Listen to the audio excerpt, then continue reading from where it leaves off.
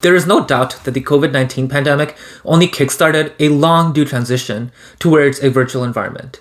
In just a matter of days, everything from your classroom to your workspace transitioned into an online space. Well, with this change comes a new and interesting problem. How do you navigate a professional environment virtually? And in particular, how do you master an online interview?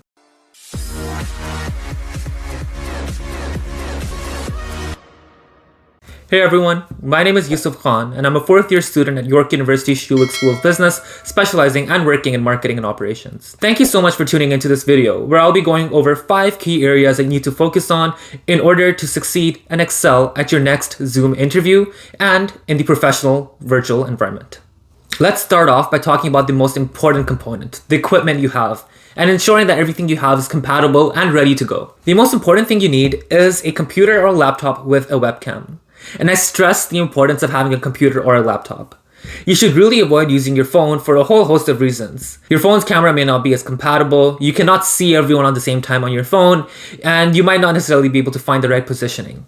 So if you have access to a laptop or computer, that would be ideal. The next key thing is your audio. You have to ensure that you are able to be heard clearly without any lag or any background noise. Most laptops have a decent microphone system, so you should be able to get away with that. If your laptop does not have the best audio, it's okay to use earphones or a mic as well. One extremely important thing to consider is if you know that your internet tends to lag and no matter what you do, it goes in and out, please call in. Most interviews are held over WebEx, Microsoft Teams, Zoom, or Google Meet, and all of these platforms have the ability to call in. Before you start your interview, make sure that you list down their numbers and you have that number ready to go to call in. When you join an interview, it's perfectly okay to say, "Hey, would you please give me a moment as I call in?" Doing so will ensure that even if your video cuts out and even if you lag, your audio will still continue to be consistent, and that's what's important. Now let's talk about framing and positioning. This is a really important part as you want to ensure that you are presentable and that you can be seen clearly. The general rule of thumb here is to have about chest up visible in the webcam. Another important step is to ensure that your webcam, laptop, or phone is at eye level so that you can be seen clearly and that you're not looking down or looking up or looking at weird angles. You can use a tripod, a couple of books, or a laptop stand. I actually have this laptop stand that I use that works really well for me, and the link is in the description below. One of the biggest questions that consistently keeps coming up is where to look while talking to someone online. Well, it's actually quite easy. The best way is to look right into the camera. Right now I'm looking right into the camera and I hope that it looks like I'm talking to you. If I were to look at myself, you can clearly see that it's a little out of place and it looks kind of awkward. A useful tip that you can use here is to move your window of whatever application you're viewing on right under the screen. So the faces of the people that are interviewing you or people in a meeting are right below your camera. That way, you can still see the people on the other side without it looking like you're not looking at them. Now let's talk about backgrounds. Well, should you have a virtual background or should you not?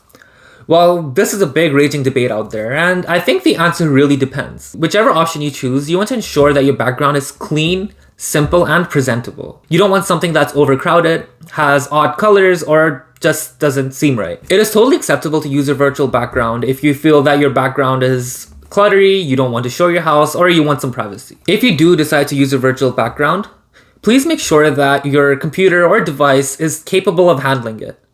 Some older devices may not necessarily be the best at cutting out your background, and honestly, I'd rather have no virtual background than have the background bleeding into my face or cutting off some of my body. So please make sure that before joining that your laptop can support a virtual background flawlessly. Now, if you don't use a virtual background, make sure that you're against some sort of plain background. Ideally, it would be a plain background such as a white wall or have minimal furniture or decorations. The background that I have right now is generally something that tends to work as I have only a couple of items of furniture in the background and minimal decorations. The next part we'll be talking about is when exactly you should be joining an interview or a meeting. Before things went virtual, when you had an in-person interview, you were allocated a certain time to arrive by. And in an ideal world, you would have been there around 10 to 20 minutes early. Well, this isn't the case in an online interview as you cannot join early. There is no waiting room, there's no space for you to wait. Well, the best time for you to join during an online interview is exactly at the right time. There are many different reasons to this, and the biggest one is that sometimes there could be back-to-back meetings using the same link. The worst thing that you want to do is to join in halfway through someone's interview in case someone is running late. So the common practice here would be to join exactly at the time they recommend, not a minute late, not a minute earlier. This will ensure that you're on time. And if the person before you, if there is an individual before you interviewing, is late, then it's not on you as you joined at the allocated time. With a virtual environment come a whole host of technical difficulties, and I know we've all been there. Whether you've been cut off in the middle of your classes or the internet just decides to stop working. Therefore, it's extremely crucial for you to keep track of your email before and leading up to an interview. There could be last-minute changes due to technical difficulties, or the previous person might be running overtime, and you want to make sure that you don't miss that email. It is extremely important to be on top of that. So in short, you should be joining exactly at the allocated time, not a minute late, not a minute early, and be keeping a close eye on your email just in case there are any changes that are unforeseen. The last part we'll be going over is what to wear in a virtual interview. Well, honestly, it's exactly the same thing that you would wear in an in-person interview. For both male and female identifying individuals, that would be business formal. So suits, ties, dress shirts, and blazers. Make sure that the colors that you are wearing don't blend into the background and pop easily on a camera display.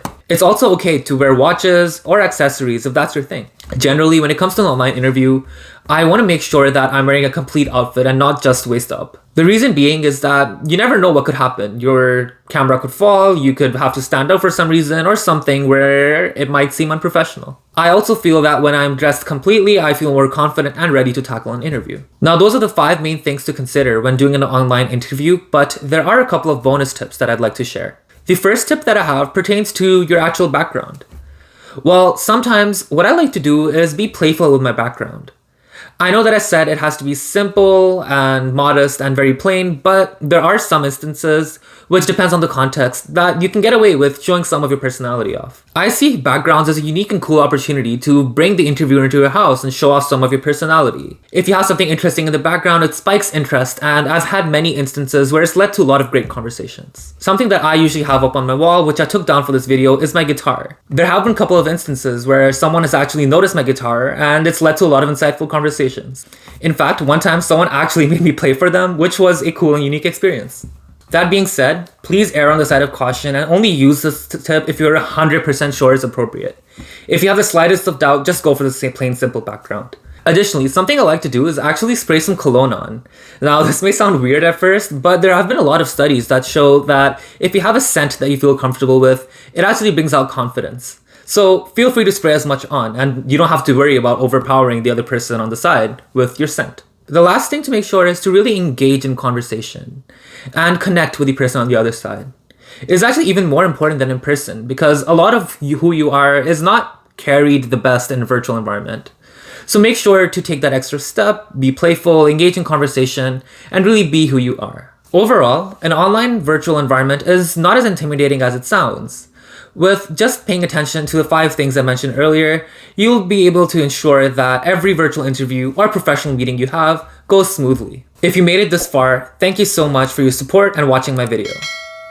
Please make sure to subscribe, like, comment, and press the notification icon at the bottom of the screen. If there are any particular questions that you have or any other topics that you'd like to see, please make sure to interact with me on Instagram, LinkedIn, or in the comments on YouTube. Thank you so much, and I'll see you next time.